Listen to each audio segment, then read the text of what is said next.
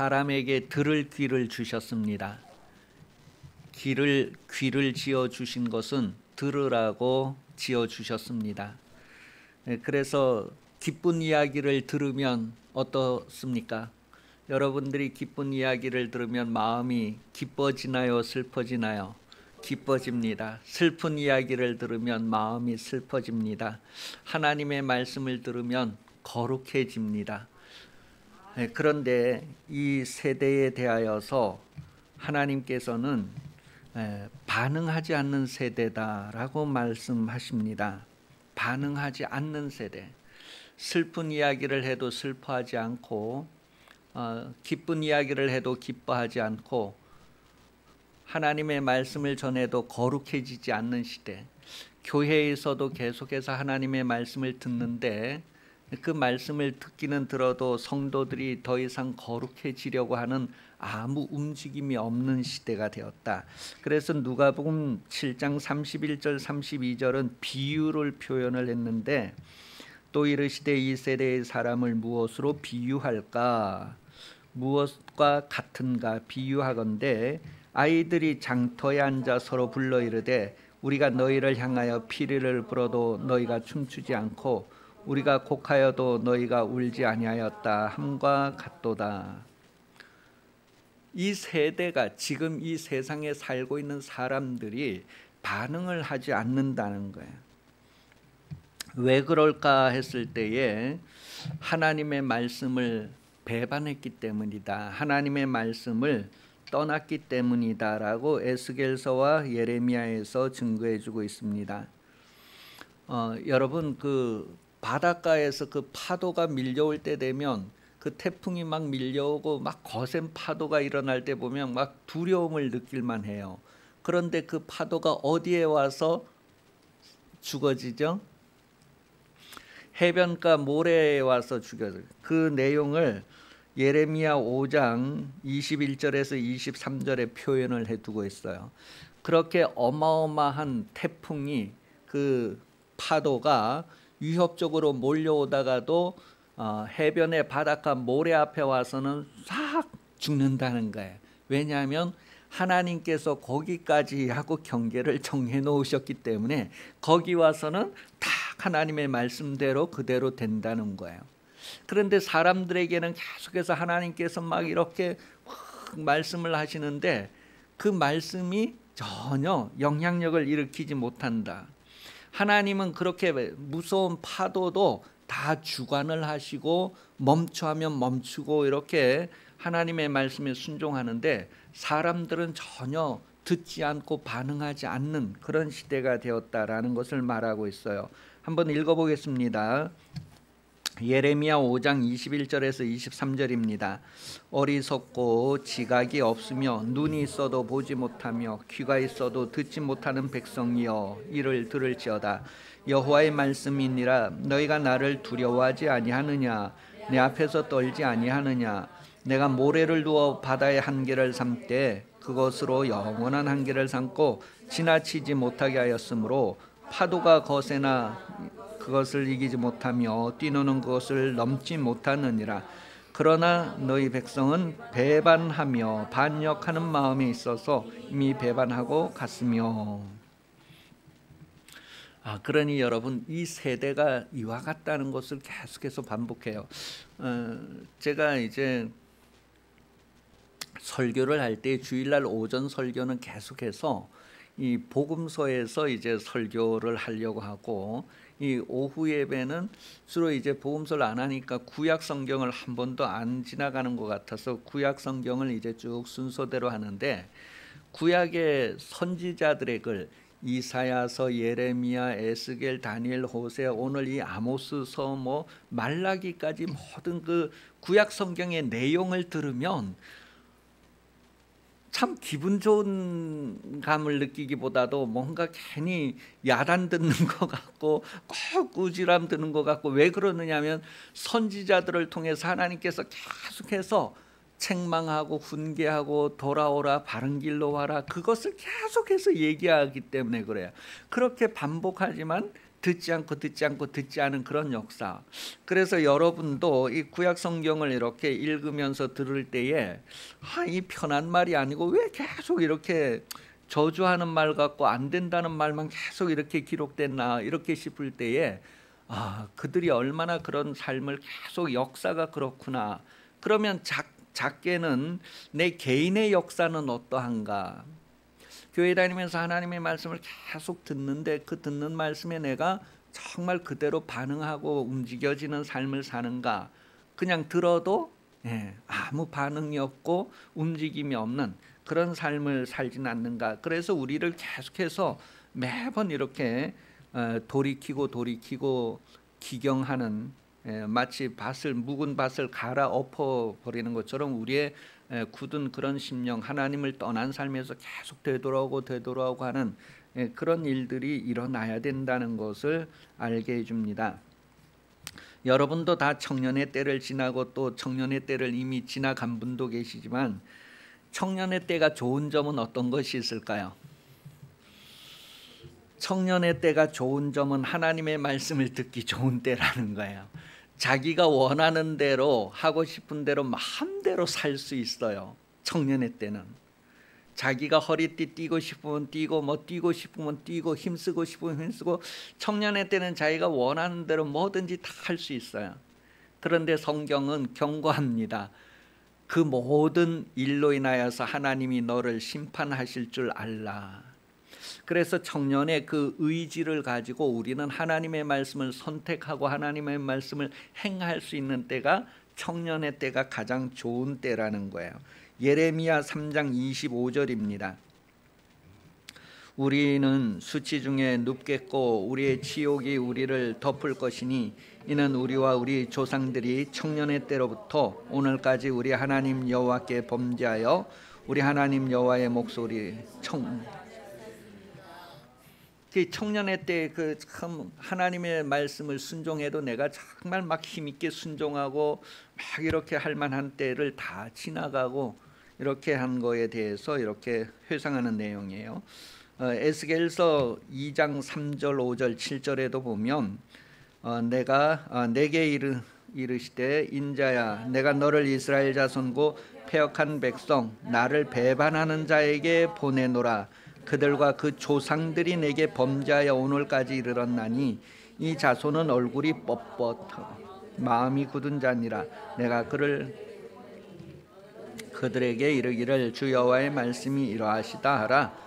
그들은 패역한 족속이라 그들이 듣든지 아니 듣든지 그들 가운데 선지자가 있음을 알지니라. 7절 그들은 심히 패역한 자라 그들이 듣든지 아니 듣든지 내 말. 그러니 참 여러분 성경을 읽을수록 그때 그들이 얼마나 하나님의 마음을 불편하게 해드렸을까. 여러분은 육신의 부모님을 기쁘게 해드린 인생이라고 정리합니까? 돌아보면 늘 부족하고 부족한 게 이제 효도하는 그런 마음이란 말이에요. 그런데 그것의 더 큰 부분으로 우리가 하나님께 대해서도 지금까지 내 신앙생활을 돌아보면 정말 부족하다 이런 것을 느끼게 되는 그런 모습이죠. 전도서 12장 13절 14절에 보면 일의 결국을 다 들었으니 하나님을 경외하고 그의 명령들을 지킬지어다. 이것이 모든 사람의 본분이니라. 하나님은 모든 행위와 모든 은밀한 일을 선악간에 심판하시리라. 인생을 70년, 강건하면 80년이라고 합니다. 그래서 인생 7, 80년이라고 하는데 지금은 7, 80이면 뭐라고 하죠? 청년이라고 합니다. 이 시골에 가서 이제 노인이다 그런 말을 들으려면 적어도 굳지 않은 데야지 이제 하고 60은 뭐 애들 취급이고 이렇게 이제 70, 80 되면 이제 청년이다 한참 일할 때다 이렇게 얘기해요. 그러니까 여러분 청년의 때는 말씀을 듣고 순종할 때 여러분은 청년의 때를 사시기를 예수님 이름으로 축복합니다.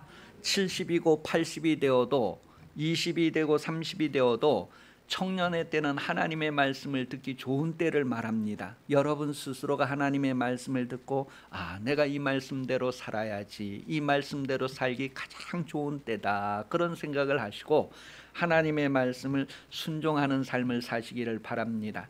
그래서 여러분 후손들이 우리 조상이 하나님의 말씀을 순종했던 것처럼 나도 순종해야지, 벌써 혈액형이 바뀌어가지고 내려갈 수 있도록 그런 여러분 신앙의 가문들을 이루시기를 예수님 이름으로 축복합니다. 오늘 본문 2절에 보면 처녀 이스라엘이 엎드려졌다, 그리고 일어나지 못하리로다, 자기 땅에 던져졌다, 일으킬 자가 없다, 그런 표현을 했어요. 넘어진 상태로 버려진 모습을 우리에게 표현을 해주고 있어요. 여러분 아이를 키워보셨는데 아이가 길가에 넘어졌는데 일으켜줄 어른이 없다, 그때의 그 슬픔. 여러분 인생을 살면서 여러분이 힘에 겨워서 쓰러졌는데 누군가가 일으켜줄 분이 없다. 부모님이 계셨으면 부모님이 일으켜 세워주고 필요한 것을 공급했을 텐데 지금은 그런 사람이 없다라고 했을 때에 마음에 밀려오는 것. 여러분 신앙생활을 하는데 많은 사람들이 이와 같이 쓰러지고 버려진 상태에 있다고 하는 것. 그런데 누가 그들을 일으켜 세울까? 농사를 지을 때면 벼이삭이 쓰러져도 그것을 일으켜 세우고 하는데 누가 하나님과 함께 넘어지고 쓰러진 성도들을 일으켜 세울 것인가? 그렇게 해서 누가복음 10장 2절은 추수할 것은 많은데 일꾼이 적다, 주인에게 청하여 일꾼을 더 보내어 달라고 기도해야 된다고 말하고 있습니다. 여러분 지금 이 시대에는 우리가 하나님의 일을 할 게 너무너무 많다는 거예요. 누가 하나님의 마음을 헤아리고 하나님과 함께 일할 것인가? 누가 저 농가밭에 나가서 휘어져서 추수하게 된 영혼들을 거두어 드릴 것인가? 오늘 본문 3절에 보면 주 여호와께서 이와 같이 말씀하시되 이스라엘 중에서 1000명이 행군에 나가던 성읍에는 100명만 남고 100명이 행군에 나가던 성읍에는 10명만 남으리라. 아주 심각한 그런 모습을 우리에게 보여주고 있어요. 이런 삶의 해결책이 무엇인가 했을 때에 4절에서 6절까지의 말씀을 보면 하나님을 찾으라는 거예요. 하나님을 찾으라. 하나님 어디 계신가요? 이 죄인 울고 있어요. 하나님 어디 계세요? 여러분 하나님을 찾으란 말은 하나님을 잃어버려서 그렇게 어디 계시냐고 막 그런 찾으라는 얘기가 아니라 하나님의 말씀을 행하라는 거예요. 하나님의 말씀을 배반하고 하나님을 반역하고 떠났던 생활에서 하나님의 말씀을 다시 지켜 행하는 것, 그것이 곧 하나님을 찾는 삶, 하나님을 구하는 삶이다, 그렇게 말하고 있어요. 그러니 여러분 세상에서 패배하고 하는 그런 원인들이 다 내가 하나님과 함께하지 않고 하나님을 떠난 결과라는 것을 지금 말해주고 있습니다. 그럼 우리가 언제 하나님을 떠났습니까? 나 지금까지 주일 예배 빠지지 않고 다 드렸어요. 헌금 생활 계속했어요. 난 그런 적이 없어요. 그렇게 말할 수 있을 거예요. 그럴 때에 아모스서 4장 4절 5절 말씀이 우리에게 그게 무슨 의미인가 하는 것을 알게 해주고 있습니다. 다 같이 읽어봅니다. 시작.